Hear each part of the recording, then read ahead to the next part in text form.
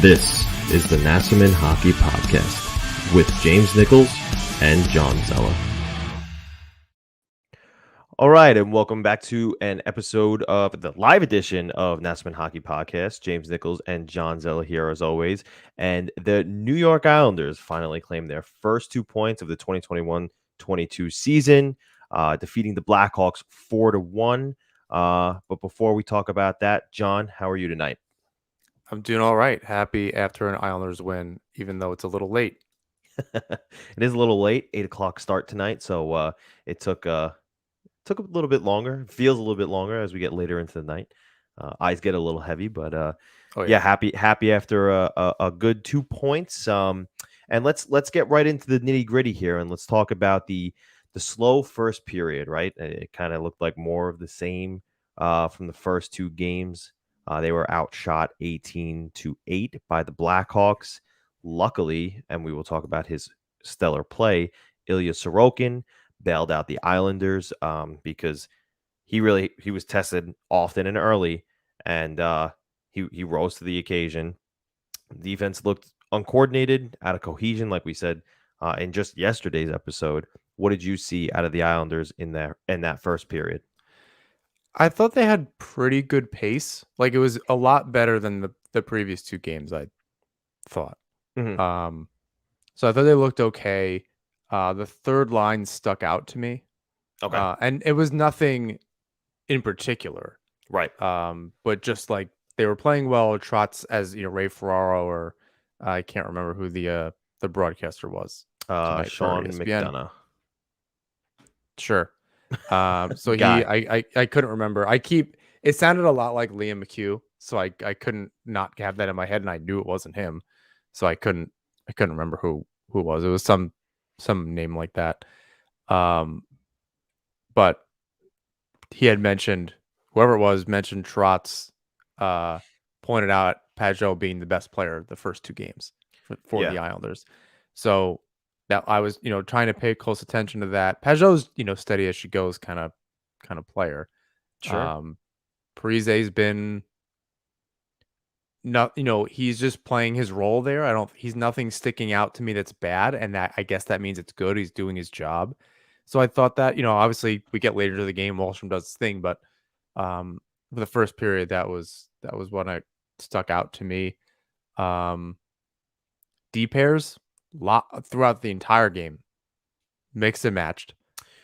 Char didn't play a whole bunch in the first period at all. What do you think about him so far?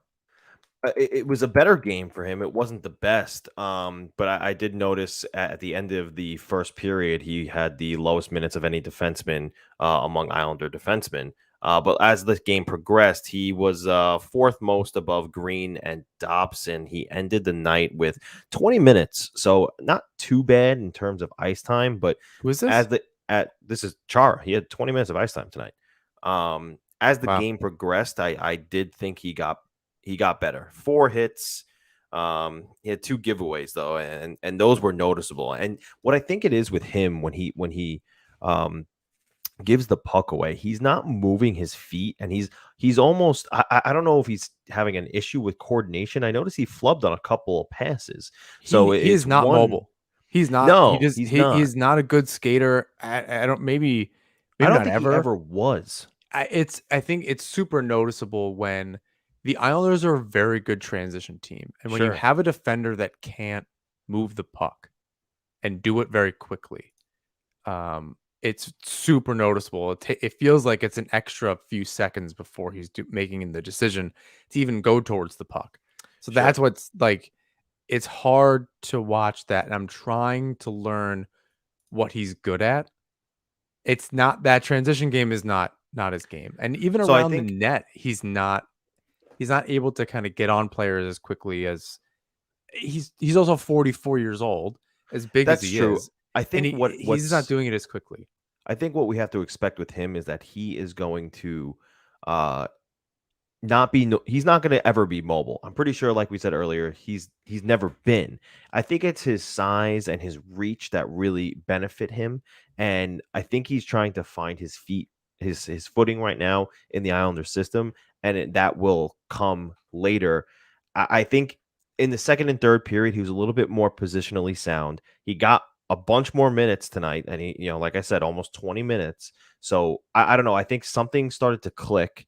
They also changed up the pairings, right? He started playing with Mayfield a little more, and Green and Dobson were put back together. So I did see that Green on his strong side. The yeah, two of them looked okay. Again, the transition game, getting those pucks, feeling comfortable, being able to make that DDD pass and make that look up the ice.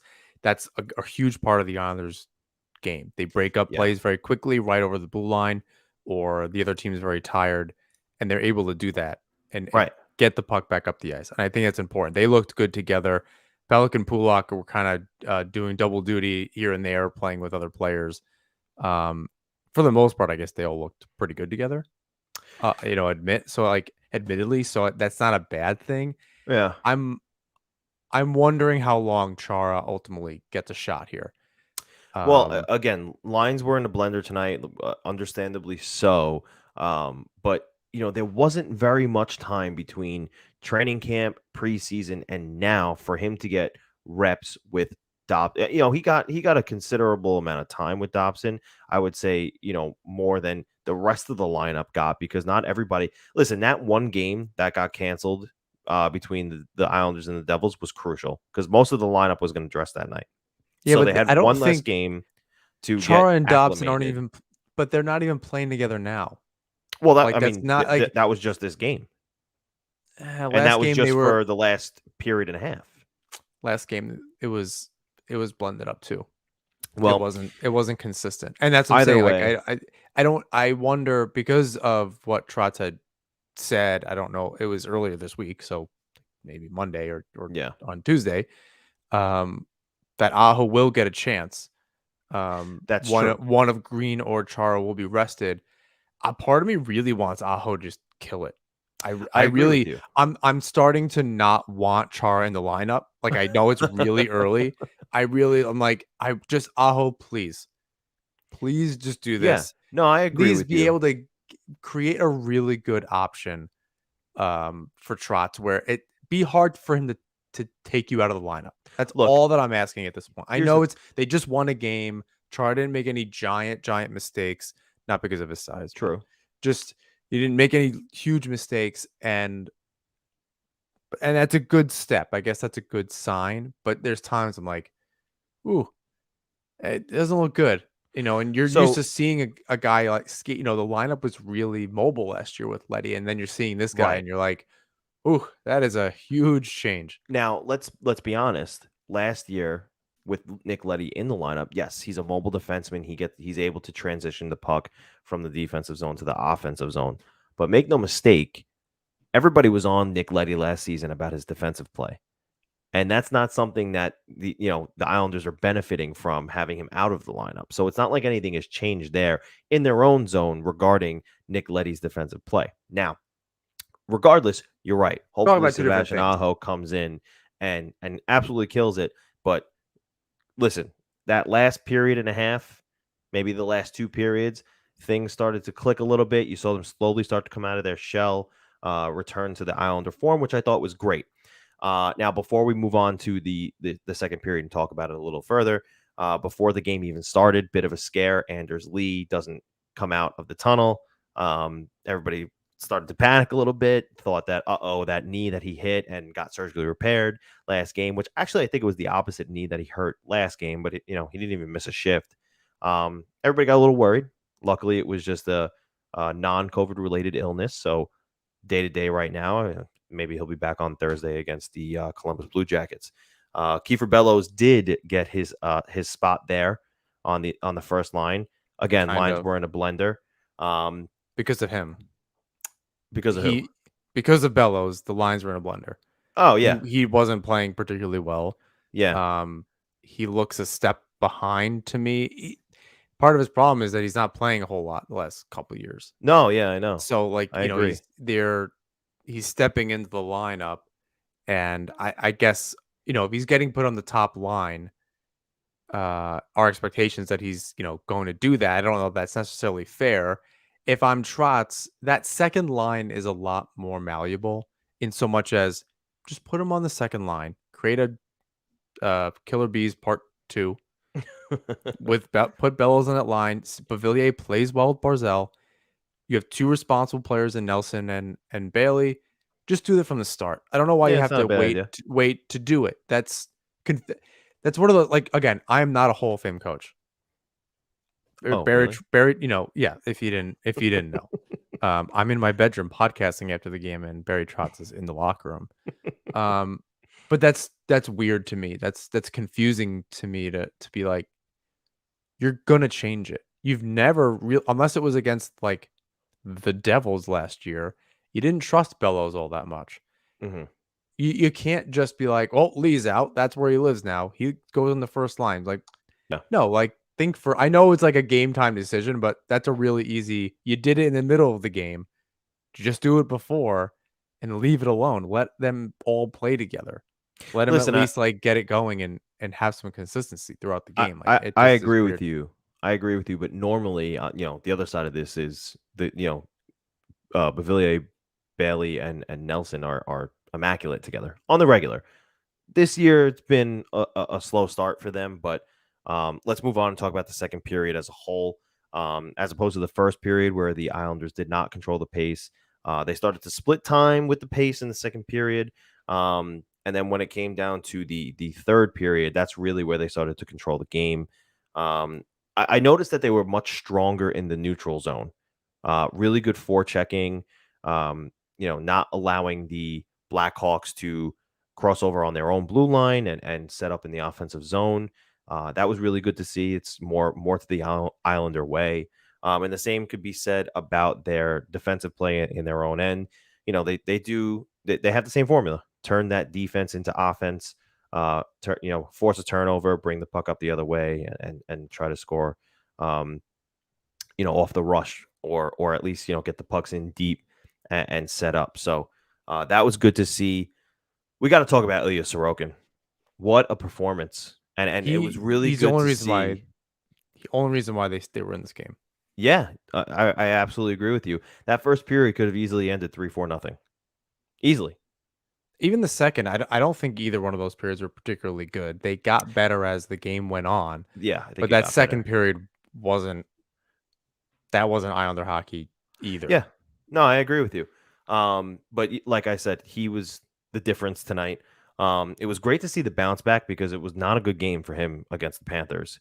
There was a lot of It's a lot of goals he let up. he Good let game or up a not. lot of goals. In 2 games that's not Yeah, the Islander thing. no, That's not what he wants. right. And you could argue it was the defense fault. But there was also a part of the game where it was Sorokin's fault a little bit too. And sometimes you need your goaltender to make a couple saves that he probably shouldn't make to turn the tide. And that's what he did tonight. That's exactly what he did tonight. I don't think Shame he that did he couldn't anything get the crazy. shutout. No, he didn't do anything crazy. There was And a couple I say that like he was very positionally sound. He did what he needed to do. Yes. He was challenging the play. If Butch was on the call, he would say, "Look how far out of the net he is," and Yep, he's I was gonna challenging bring the that puck up. and that kind of stuff. So like, I think those are the moments where, Yeah. that's where Varlamov really shines. Yeah. He's not He's not making a spectacular save because he doesn't need to. He's in position. He very Yeah. rarely needs to do that. Sorokin is a little more acrobatic. Yeah. He has a little more range. He's a More little more athleticism. fun to watch. For those '90s goalies fans, Yeah. the early 2000s goalies fans. Yeah, but even Sorokin tonight was very. He looked calm. He looked like the player, the goalie during that Penguin series. Just calm, And cool, and collected, in control. maybe that's what the Islanders needed to, because like as we said before, 100%. as the game went on, you saw the confidence building in the rest of the roster. Maybe they just needed that confidence boost from Sorokin. Like, hey, I got you in net. Play your game, and you saw that start to develop as the game went on. So great to see from Ilya Sorokin. I think he finished with 35, 36 saves. Nope, he ended with 40 saves. So he hit the big 4-0. Good for Ilya Sorokin. And before we move on to Oliver Wahlstrom, stick around for just a minute. We want to get to our sponsor, and we will be right back. Hey everybody, we just want to talk to you real quick about our sponsors over at DraftKings. NFL fans, are you hungry for the big win this week? DraftKings Sportsbook, an official sports betting partner of the NFL, has you covered. New customers can bet just $5 on any NFL team to win their game, and if they do, you win $200 in free bets. Winner, winner, chicken dinner. It's that simple. If Sportsbook isn't yet available in your state, DraftKings won't leave you empty-handed. Everyone can play for huge cash prizes all season long with DraftKings daily fantasy sports contests. DraftKings is giving all new customers a free shot at millions of dollars in total prizes with their first deposit. So here's what you do. Download the DraftKings Sportsbook app now, use promo code THPN, bet just $5 on any NFL team to win their game, and win $200 in free bets. If they win, you win with promo code THPN this week at DraftKings Sportsbook, an official sports betting partner of the NFL. Must be 21 years or older, New Jersey, Indiana, and Pennsylvania only. New customers apply. Minimum $5 deposit and $1 wager required. One per customer. Restrictions apply. See DraftKings.com/sportsbook for details. Gambling problem? Call 1-800-GAMBLER. Okay, and we're back, and now it's time to talk about Oliver Wahlstrom. He had a fantastic game. 8 shots, 2 goals. I noticed he was really good on the forecheck. Obviously, he had that one, that second goal that he had. He forced the turnover in the offensive zone and beat Marc-Andre Fleury 5-hole for his first 2-goal game of his career. Cool to see. And he was great in the defensive end. He was literally all over the ice. Wherever the puck was, he was hungry for it, and he was chasing it down. They were talking about him all night. Yeah, all night. They were kind of revving him up, and he was going to get his chances early in the game. He was getting shots on net. I'd love to see how many attempts he had and shots on goal because he was just getting pucks all night. And I love that. Well, again, they've been kind of dying for this type of player that just has that mentality. There was a particular play. It wasn't even a shot. It was he was skating up the ice, and I was like, "Is that Barzal?" And then I noticed the number. I was like, "Wow!" Like he had some he had some speed, and I was like, "I don't know that I've seen that necessarily." And I like usually you can just tell, even if they weren't wearing numbers or like nameplates, I can tell like by the way they're skating who the players are. I honestly got very confused for a second. I was like, "Wow, that guy's really going." And then he kind of turned a little bit. I was like, "Oh, 26. That's twice 13, great thing to but see. it's not. Yeah. So it was really great to see. I agree. Good on the forecheck, but just he's the player that they've been needing. It's great that it's coming from the third line. Yeah. As a second line is going to take some time to get going. The first line's kind of doing its thing. Even without Lee, it looked okay.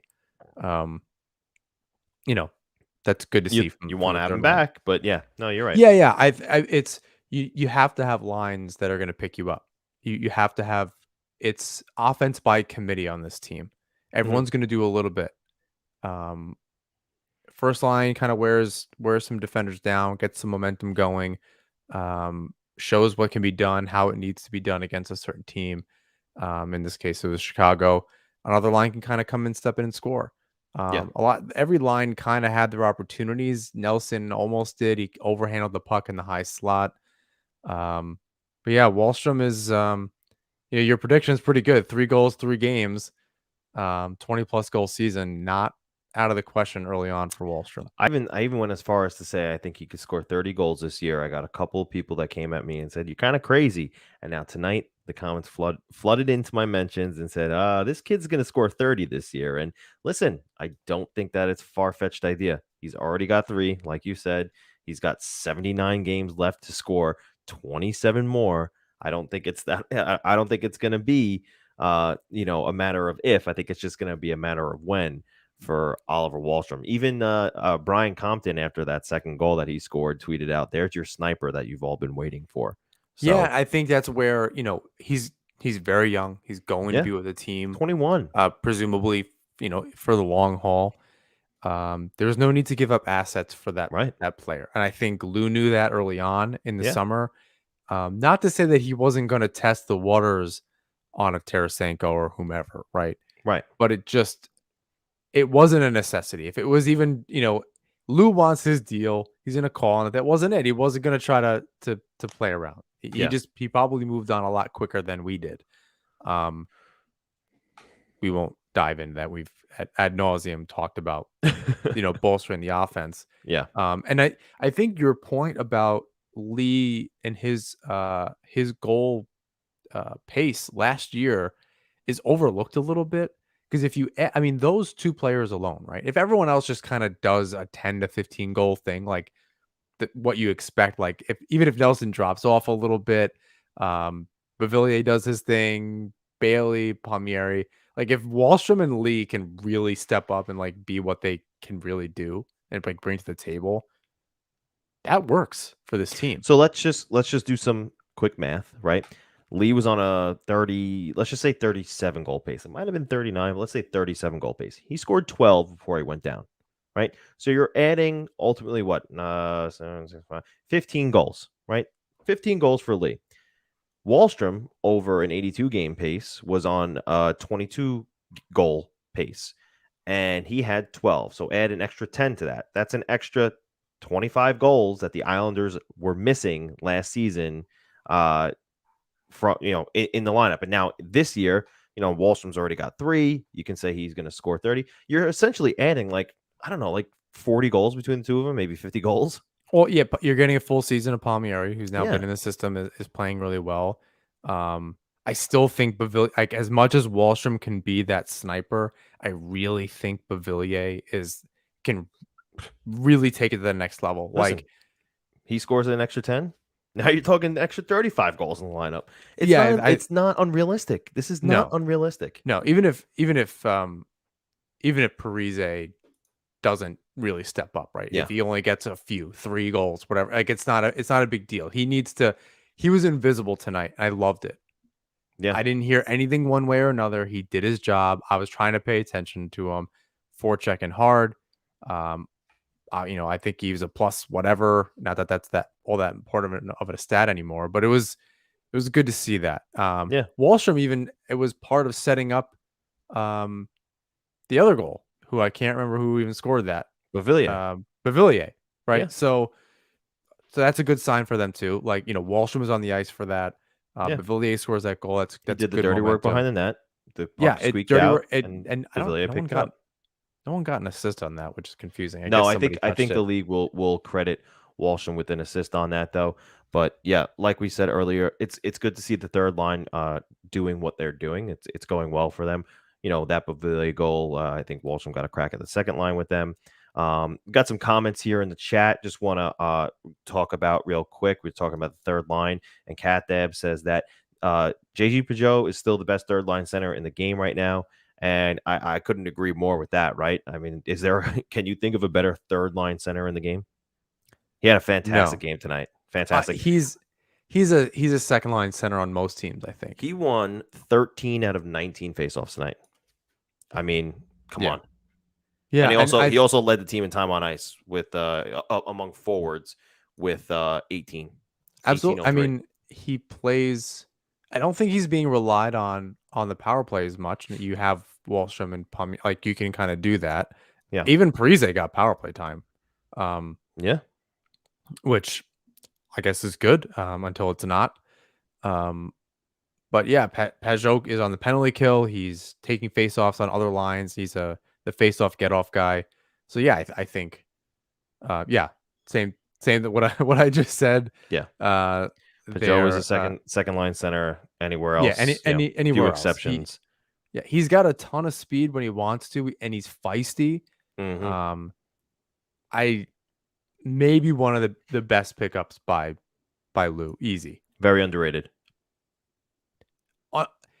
Underrated until you the pickup. At for first sure. it was like they gave up a first and a second. Yeah, they gave up a first and a second rounder. That's kind of a lot. And at first it was like overpayment.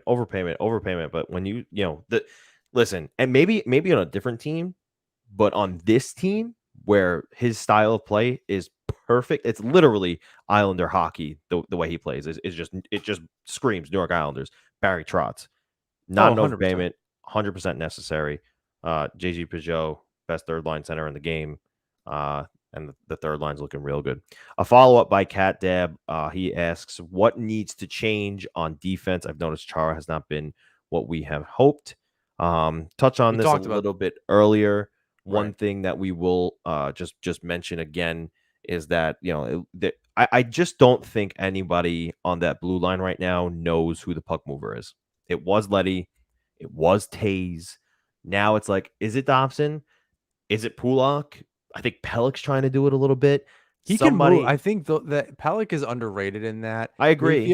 Mayfield is trying. I agree. He's Pellick light. Okay. Because you've seen like Pellick has that offensive upside. We've seen him do it. Mayfield does too, though. We've also seen that from him. Yeah. So I think that's and that's not a knock on Mayfield. He's more of a big body than he's underrated with his skating. I will say, but he's underrated. So like I said, like in the nicest way possible, he's a Pellick light. Okay. I think it's just we're used to seeing even Green. We're used to seeing all 6 defensemen being able to kind of move and pass the puck and transition that puck up the ice. Yeah. And that's just not what we're seeing. It looks very clumsy in general. His play just looks clumsy. Yeah. It reminds me a lot of Tavares when he first got in the league. Just a wet noodle out there. It looks like things are just flopping around. He's just not like he's trying real hard. He's moving. Yeah. I think whenever he's just not going anywhere.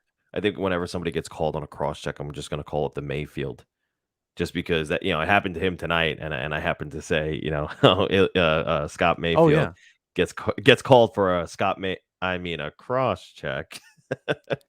Yeah, I mean after what he did, that's what's going to happen. I didn't like it because it felt more like a push to me. I guess up front in the beginning of the season, you call it really tight. Yeah, it is what it is, and then you can kind of relax it as players kind of better understand what's a call and what's not a call. Yeah. That seemed weak. I could have been boarding to me. It was a little close. But sure, call the cross check. He will be more careful. The thing is, he's just a giant individual, and the Blackhawks are kind of tiny. Okay. Some of the forwards are a little small, so I definitely noticed that. It made it look a lot worse, I think, than it really was. Is that he just tossed this tiny dude? Speaking of big hits and impactful hits, we'll get back to the live chat in a few minutes. Got a couple more points here, and then we'll take some more questions. I want to talk about Matt Martin's impact tonight. He did throw that check up against the boards. I think it was on Hardman. It was on. Yes, it was the irony of that. Yes, it was incredible. And what did you think of that hit? I'll go first here. I didn't think it was a dirty hit. I think it was, he obviously didn't mean to hit him low. It was more of a Hardman was kind of going down as Martin was throwing the hit, and then you saw the concern on Martin after he hit him because he knew the timing of it was awkward. And Hardman winds up going off the ice a little wobbly. I think he stumbled as he approached approached the bench. So, it was unfortunate, but I don't think it was his fault. Not anything I think player safety needs to look at as if it was like a dirty hit. What do you think? It's not a player safety thing. I think Hardman tried to kind of duck, which is not a great move on somebody that's considerably taller than you. I will say what I don't like about Clutterbuck and Martin and a lot of other players that are pretty much out there to hit. I don't know why, after the player gets rid of the puck, 2 seconds, or I know there's a 3-second rule or whatever it is in the rule book. It all seems very late to me. It seems like an unnecessary hit. He wasn't removing him from the puck. The puck had gone. It was not there anymore. You don't need to make that hit. I often see when the puck, you see the camera move to the right. You see the puck go, the camera moves, and then often the left-hand corner, the right-hand corner, depending on which way the puck is going, you see Clutterbuck and Martin hitting these guys. The puck is long gone. The puck is I understand what you're trying to do and what you're establishing. It's not there though. On the forecheck, it's one thing. You got 1 second. They move the puck. You're putting pressure on the defenseman to make them think twice. They look over their shoulder, they make a mistake. I get that. Mm-hmm. That long after, no, it's not. It's not a player's safety thing. It ought to be, in my opinion. I think it's too late after the play is gone by. I hope he's okay. It's just like when that kind of stuff happens, you're like, did he really need to hit him? Was that really change it? Like, and plus, if the guy didn't like it, he's gonna fight. He was so small, he's gonna fight Martin. Right. I don't know. It just the whole thing like together doesn't make me feel good. Like watch that all happen. I was like, ah, God, he like tried to duck and like I guess what are you supposed to do? I don't know. So we'll see. Hopefully he's okay. Because he just got called up like for this game. Yeah, no, I agree. You don't want to see someone get hurt like that, and it again just kind of seems unnecessary. Yeah, absolutely. I want to talk about the power play a little bit. Two power plays tonight, no goals, but I'm noticing a difference. It's not game 1 of the season. It was not good at all, but games 2 and 3, I'm noticing a considerable difference in the puck movement and the scoring chances. What do you think? There's definitely a little more confidence with the puck. Yes, I think that's good. Wallstrom is just letting it fly. Yeah, I think they're still trying to figure that out. We saw some different looks. We didn't really get a lot of time to see the first unit.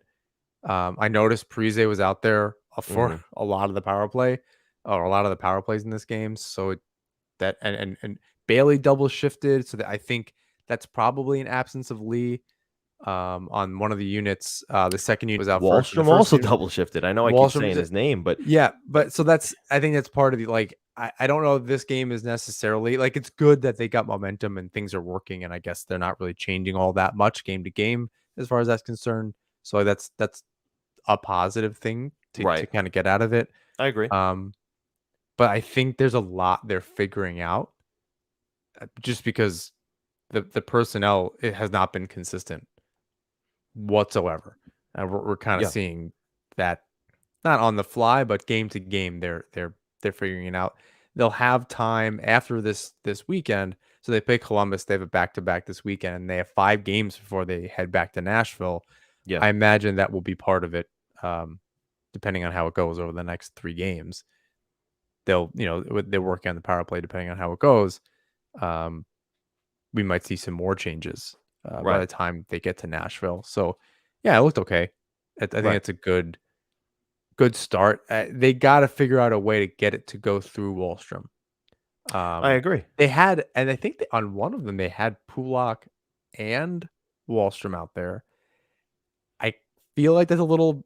I haven't seen it enough, and there wasn't really like a lot of clean looks. I wonder why you would put them on the same, like put out a passer and Dobson for Wallstrom, and then set up Pulock on the other unit. Yeah, I'd agree with that. Or, I mean, if you're just trying to load up one unit and have Barzell out there, Wallstrom and Pulock, and just fire it away, sure. Yeah. I can almost see that too. Just so you can't get Pulock one-timer, but I don't know that he needs it. Yeah. He can just let it go, and it's a bomb. So probably either way works, and once it gets solidified, it's 2 really good units. I don't really know who you choose to be out there. Yeah. I always thought it was interesting that they mix and match the first and second lines for the units. Like they're not as consistent. Right. Just because like, all right, they play together 5-on-5. Like is it just positioning? Is that the only difference? Is that why these players are getting I think the difference there is just that extra forward with the scoring defense or the offensive defenseman. Yeah, I guess they're doing 4-on-1. And that's the idea. Yeah. Yeah. And I guess Wallstrom's coming up, and yeah, I understand that. It just seemed like I don't know. You massage it to like kind of make it work in some respect. I'm not sure, but yeah. But good win tonight, 2 points. Hopefully that power play can continue to look as good as it kind of is looking in the past 2 games, and it can carry over into Thursday's game against Columbus, which, by the way, Columbus dropped to the Red Wings tonight 4-1. They got walked. So All right, let's go over to the live chat real quick and answer a couple of questions. First one from Andre. He says, thoughts on Bellows tonight? Wasn't impressed. Skating still an issue. And I'd agree with you there, Andre. We kind of said this before. I think it's a matter of reps for Bellows right now. I don't think it's very fair to assess him on this game at the moment, just because it was his first one. And like John said earlier, they threw him on the first line. And that's something that they did last year as well. When Lee was out, they threw him on the first line. I guess because it's, power forward for power forward. And that's, I guess, the way Trotz see it. But they're totally different players. That's not power forward for power forward. Well, big bodies. Bellows is a big kid. I guess so. Like in like comparing him to whom? Bavillier? I think he's bigger than Bavillier, yeah. Yeah, all right. So and again, I think it was a matter of... My point is, a lot of players are bigger than Bavillier. Doesn't mean they're a power forward. He's a skill forward. Kiefer Bellows is a skilled forward? Yeah, he's not. I don't think he's a power forward. I think he's got a little bit of a power forward game to him. I think he's a skill guy. He hasn't had the reps to figure that out. Mm-hmm. I think again, to Andre's question, I think, and as you said, I think it was a little unfair that he got stuck on the first line. That raises our expectations. To your point just now, not enough reps. Yeah. And that's over a few years. You're just not seeing him be able to kind of feel more comfortable at the NHL level. When he was getting some kind of consistent games, it was COVID. So that's a different like mental wear and all of that other stuff. So it's a lot of things kind of working against him. The skating thing, it feels like there's a little effort problem. Like if I'm putting my Barry Trotz hat on and really looking at that critically, it seems like a little bit of an effort thing. He may just not be as fast of a skater as I think he is. And maybe I'm looking at him late in shifts or something. Like me, I'm willing to just keep giving him a shot here and there. Again, I prefer it to not be on the first line, but be that as it may. Yeah, you brought up a good point actually a couple episodes ago. That if Bellows can find his game this year somehow, and next year when Parise may not be back, and he could just slot right into that third line and take over there, and maybe be a consistent 15 goal scorer down on that third line. That's great.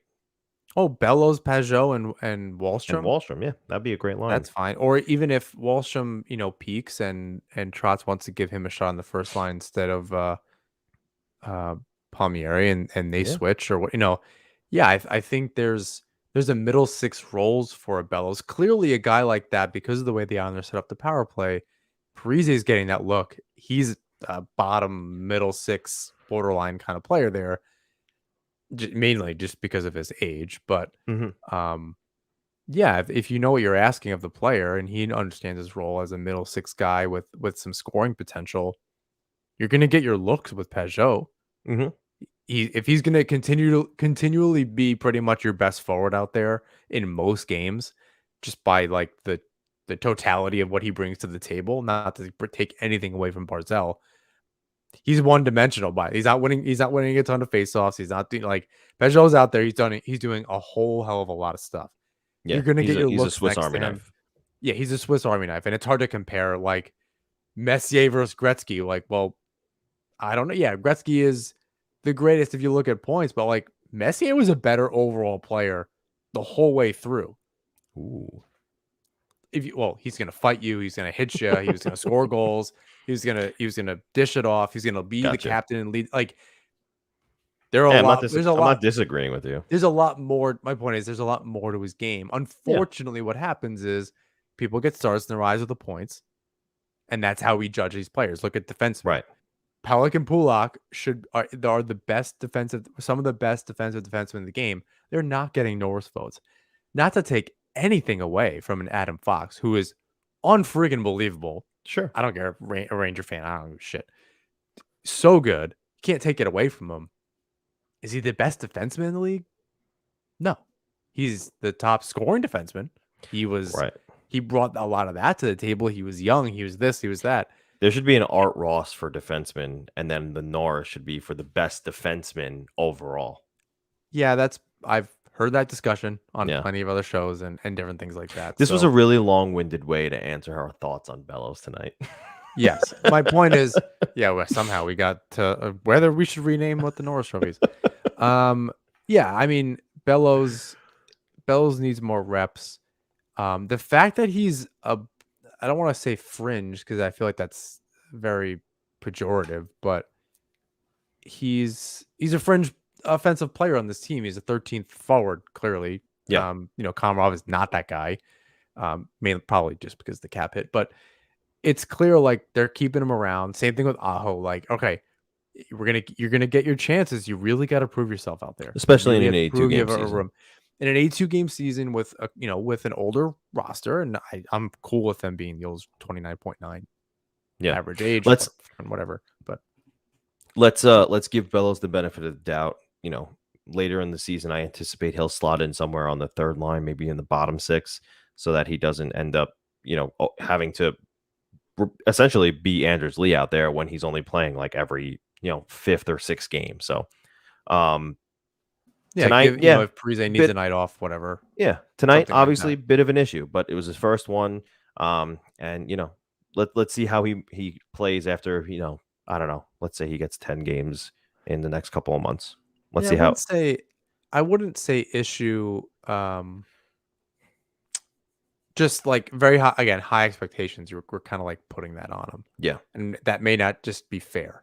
Right. So we just have to. It's like a wait and see thing. Yeah. He's got moves. Like we saw it against the Devils. Like last year I agree. Very good player.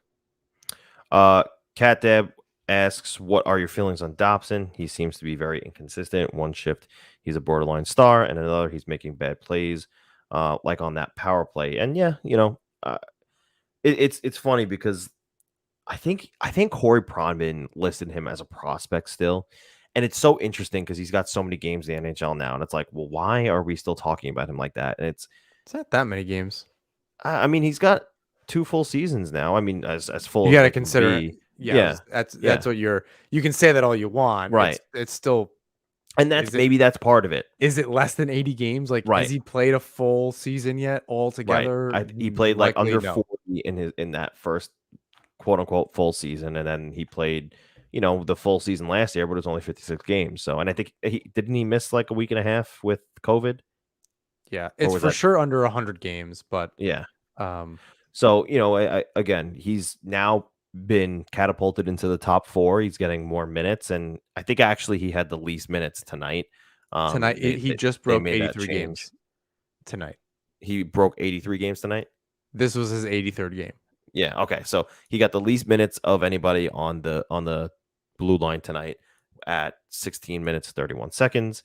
He continues to be the least played defenseman, in his now 83 games in the NHL. So I think listen, there's going to be growing pains. He's growing into the top 4 guy they know he can be. And like you said, he's shown borderline star potential, and then he's, making mistakes, and it's bound to happen. They're growing pains. Part of what Chara is here for is to mentor that. He's had a good partnership with Green, so those two together will hopefully, round him out to be a well-rounded top 4 two-way defenseman. I'm not worried about it. Are you worried about it, John? No, I mean, like I said, it's 83 games in. He's 21. Like, yeah, he's about to be 22. Defensemen take a little bit longer. He's definitely shown what he's capable of. And, after this season, you can kind of take this season as the biggest sample size of his career, right? He will have doubled, if he plays every game this season, he will have doubled his NHL games played. Think about that. So he's going to, by the end of this season, including a lengthy playoff run, because I had to will that into existence, including another lengthy playoff run, he'll have had 2 full seasons under his belt. That's a better sample size to kind of consider where he's at as a defender. Is he going to max out as a second pairing offensive defenseman? This particular team, what's the deal? We could kind of establish that. It's very tough to judge his play so far in his career. Absolutely. I mean, I guess he's getting playing time, and it's not like he's being sent down. It's not like he's not being replaced by Aho, and it's clear that Lou and Barry are very tough critics. So it's not like, is he getting sheltered? Absolutely, but that's as far as it's ever gone. So he's making fans of tough critics, however slowly. So that's probably important. It's a good point by Andre here. Dennis Potvin had said it usually takes about 200 games for a defenseman to take off. Yeah, it's been 3 seasons. I get it, but this is probably more accurate. 83 games because of the shortened years. And this is his 3rd season. Let's be clear right. about that. That's right. Sorry, this is Dobson's 3rd season, but it's only been 83 games in total. So like Dennis Potvin and Andre reminded us, said it usually takes about 200 games for a defenseman to take off, and maybe that means Dobson's ahead of the curve, but it's going to take a little bit of time.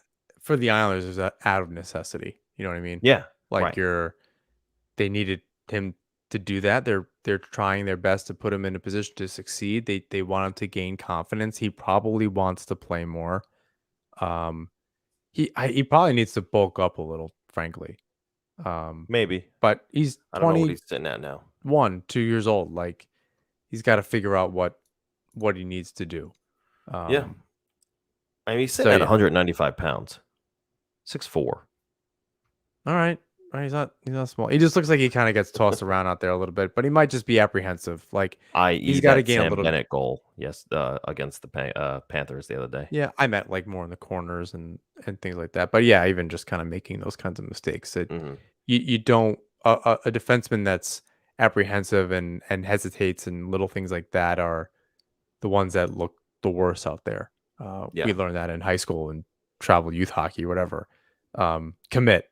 He's getting there. He's getting used to committing and making, if he's going to make the mistake, go all the way in on the mistake and make the mistake. He's kind of like sometimes a step behind just because I think he's still thinking about it. Like, I don't know if this is what I should be doing. And then he's getting tossed around the corner a little bit. He's not playing above the puck as much, I'm sure, as Trotz and the team would like him to do. So, I think he'll get there. It's no time to worry. Really hard to critique a player this early in his career. Yeah. Quick update here on Anders Lee. He was dealing with a bit of a stomach issue. They knew around 4 o'clock. Barry Trotz said it's probably something that he ate, and Anders Lee admitted himself that he wasn't feeling right and didn't think he would be able to give anything to the team. Thought it was in the best interest of them to sit out on his own. So he'll hopefully be back on Thursday. But let's get to some more questions. And Isles423 asks, are we surprised that we haven't seen Sebastian Aho yet? Seems like if Sorokin didn't have such a great game, we could have been in a hole again, and that third period momentum doesn't happen. And it's a good point. And I'm not surprised that we haven't seen Sebastian Aho yet. Do I think it's necessary? I think at some point, we should see him probably within the next 2 games. I think back-to-back this weekend, I wouldn't one of those games. I think one of the ones over the weekend, like you said, John, either against the Coyotes Saturday or the Golden Knights on Sunday. I think they're just missing that puck-moving defenseman. We said it a little bit earlier. I don't think anybody on the blue line is really sure who that is. It's not going to be Green. It's not going to be Chara. So it's between the other 4, and I think they're still trying to decide who that is. So I'm not surprised because I do think that ultimately Aho is the 7th defenseman. Now, if he can come in and claim a spot and become that everyday puck mover, great. If not, they have Robin Salo who's knocking on the door. I don't know if it's this season. No. I think he needs like 20 games in the AHL. So 20. No, not surprised. I think he needs a full season, 20 games. That was just an at least. I would agree with a full season. Yeah, no, I would. They don't. If Aho can come in, and do, they're not going to push this kid up at this year unless they just get riddled with injuries and are out of the playoffs. There's no reason to put him in that position this year. They're in a win now mode. Teams like that are not bringing up rookies unless they are freaking ready. He is not. They don't need it. My prediction for this weekend is that Aho plays Saturday against Arizona, and that Chara is used, as the big body veteran presence against a really good team in Vegas. They're fighting it. Their roster is a little banged up right now. I Yeah. don't think, no Mark Stone. I think there were some other issues going on. So I suspect Char he'll get this Saturday off. Aho can go in against the easier team. You put your big guns in against just a more skilled team in Vegas and kind of go from there. Yeah. Just a prediction based on absolutely nothing. Yeah. And I'm hoping, it sounds like Varlamov will be in one of those games as well. Yeah. That was probably what they were aiming at the whole time. If I any wouldn't of be us surprised. in the media were looking at the schedule at all, we'd have been like, yeah, they'll ride Sorokin until the first set of back-to-back games. Yeah. And that's the point. And that is probably what they were all internally discussing. No need to kind of throw Schneider in there against anybody. Right. Ride Sorokin. First set of back-to-back games. Oh, it's this second weekend. Great. That's when I'll be back. Yeah. I wouldn't be Discussion over. surprised if they gave Sorokin the game Thursday against Columbus, give Varlamov that little bit of extra time, and have him start Saturday against Arizona to ease him in, one of the weaker teams in the league. Or, maybe they give him Thursday and then Sorokin goes Saturday and again Varlamov on Sunday. But we'll see how it plays out. He seems close. Good to hear. Kay Fisher says PK looked good this game. Martin coming back looks like it helped that line. I'd absolutely agree. They were much better, and that's what you need from them. That's what they paid for. They committed to, Zizekas for 6 years, and I think Martin's got another 2. And I don't know what they're going to end up doing with Clutterbuck at the end of the season, but you're right. It definitely looked a lot better with Martin back in the lineup. Confidence. A lot more confidence. He made an instant impact. That again, I don't want to refer to that hit as a quote unquote difference maker, but he's going to do that. He makes players look over their shoulders. He makes them nervous when he's around. It's it's a thing. So good to see Martin back in the lineup. Definitely a necessary addition, whether you like him or not. But I don't think anybody at this point doesn't like Matt Martin. No. Isles 423 by extension of a previous question about Wallstrom. If it happens again that Lee has to sit, hopefully it doesn't, would it make sense to play MDC or Michael Dalcole instead? Seems to play more of a similar style. I don't think they have to, just because I think they have the bodies in the lineup to make it work currently. Even if it's not, Bellows who comes in. I'm not sure what the deal. I don't know if they want to continue to call up and send down. I think, I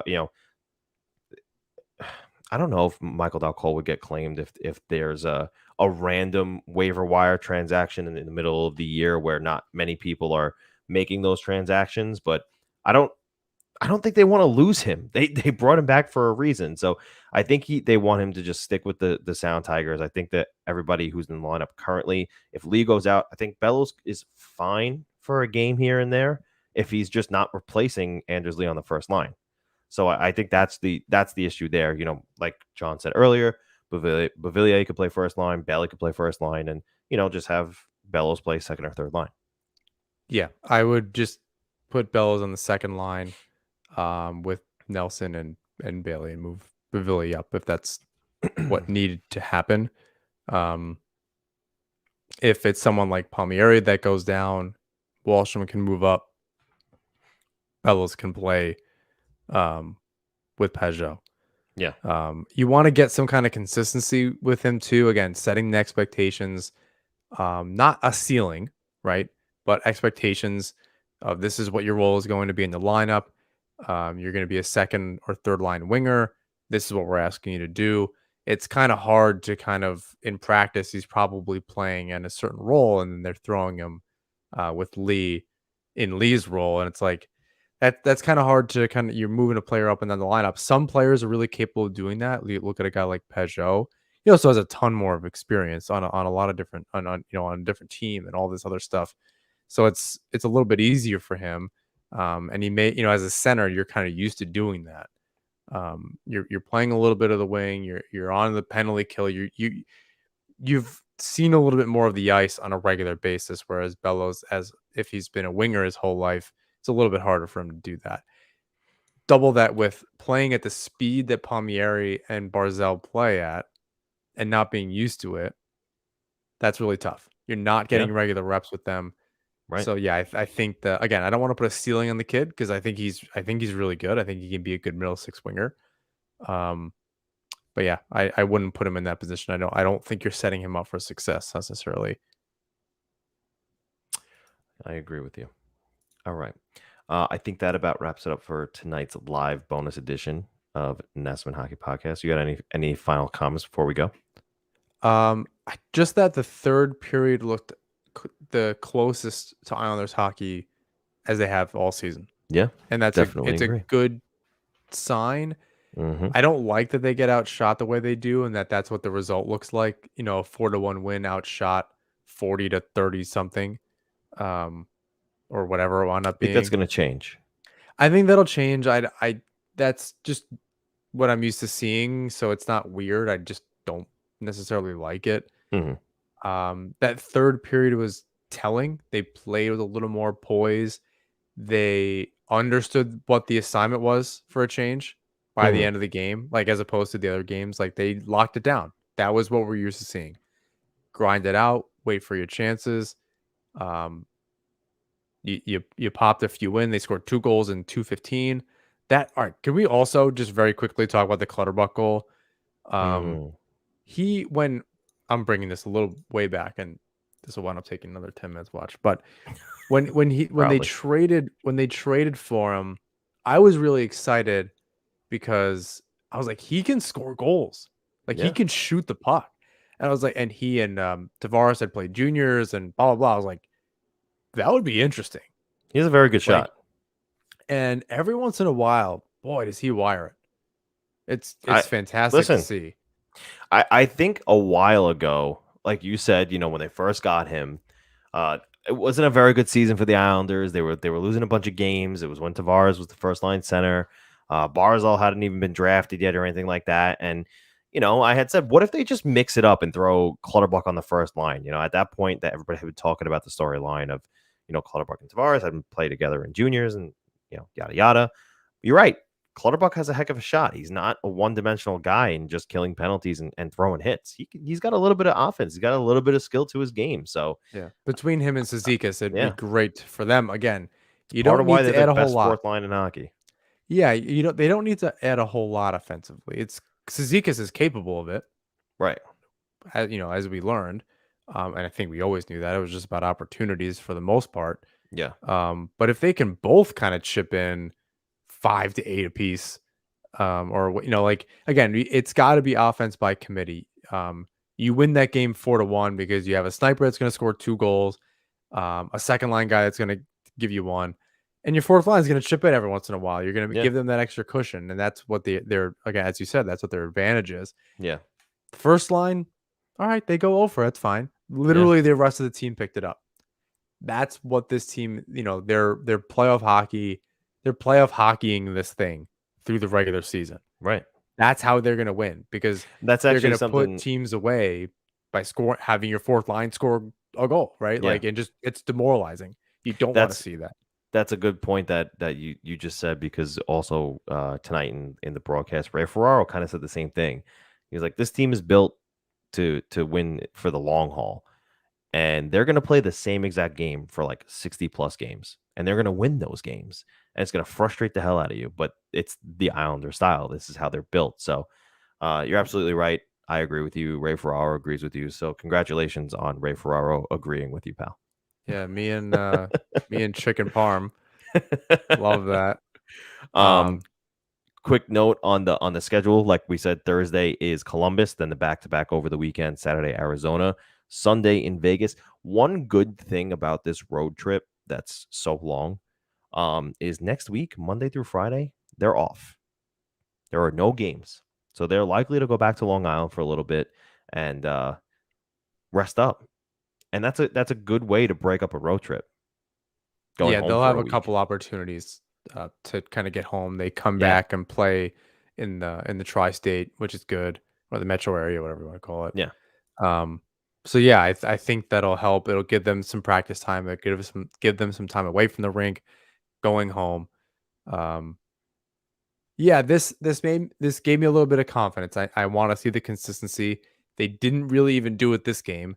Their goalie bailed them out for 40 minutes, and then they picked it up. Then they made it a hockey game. You can see every once in a while that's fine. Yeah. But they did it. They kind of, they didn't make it a losing streak. They lost 2 in a row. Now they can kind of build the other way. This is what we see, and they might lose against Columbus and then win out on the weekend. Yeah. That would not be a weird first 5-6 games for the Islanders under Barry Trotz. No, it wouldn't. So, it might be a little bit more uncomfortable than comfortable over the next week or so. But around that time, they'll be picking it up, and everyone will feel better. By the time they head to Nashville, I think everyone will feel a little bit better. Yeah, I totally agree. All right. So this is supposed to be 20 minutes, by the way. This was an hour. It never happens that way. We always say, "Oh, we're gonna make it quick tonight." I'm always like, "Yeah, sure," and then it never happens. But tomorrow's edition of Isles Fix will be in your inboxes in the morning, 8 p.m., 8 a.m. And if you're not subscribed to that, please head over to islesfix.substack.com. I believe if I got that wrong, check out the Isles Fix Twitter. Link is in the bio for tomorrow morning's newsletter on the New York Islanders. Daily newsletter, Monday through Friday. I want to say a quick thank you to DraftKings and Manscaped. Use that THPN promo code with DraftKings and NHP20 promo code with Manscaped. I want to say thank you to the Hockey Podcast Network and Isles Fix. And of course, all of you, our listeners, please rate, review, and subscribe wherever you listen to or watch the show. That helps us a ton. And in turn, it helps you get a better show. You can follow us on Twitter, Instagram, YouTube at Natsman Hockey. You can join our Discord for a safe space to chat with fellow Islander fans. Just CatDab. He's in there all the time. And lots of interaction going on in there. Lastly, you can find my work at the Fourth Period, John's work at the Hockey Writers, collaboratively at Isles Fix. And until next time, everybody, let's go Islanders.